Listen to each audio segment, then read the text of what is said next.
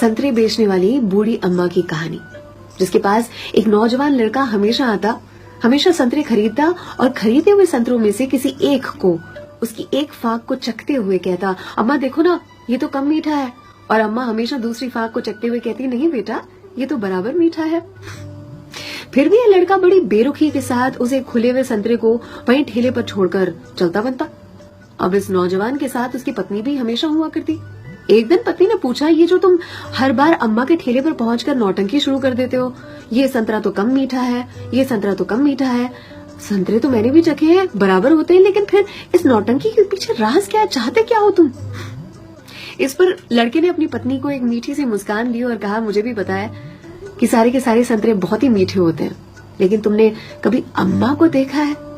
अम्मा इतनी गरीब है कि जो बेचती हैं उन्होंने कभी चखा भी नहीं होगा, इसीलिए तो एक खुला हुआ संतरा उनके ठेले पर छोड़कर आ जाता हूँ, मेरी ओर से उनके लिए।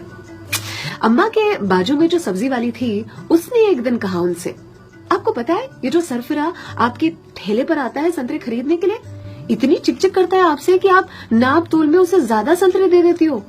इस पर अम्मा ने कहा कि वो कभी मुझसे संतरे की मिठास पर चिकचिक करता ही नहीं है, वो ये चिकचिक करता है मुझे संतरा खिलाने के लिए, एक छोड़कर जाता है। क्या मुझे पता नहीं है? उसकी चिकचिक में भी उसके प्यार की मिठास नजर आती है। वो कहते हैं ना कि मेरे हिस्से से ज्यादा तूने मेरी थाली में परोसा है, कितनी भी मुश्किलें दे ऊपर वाले, मुझे तुझ पे भरोसा है। छीन कर खाने वाले का कभी पेट नहीं भरता और बांट कर खाने वाला कभी भूखा नहीं मरता। अगर कोई ऐसा दिखे उसकी मदद जरूर से करे, इसी को तो कहते हैं जियो दिल से। सलाम, दुआ, वणकम, प्रणाम, सत श्री अकाल, केम छो सारू छे, अमदावाद आखुई मारू छे। अर्चना की ओर से।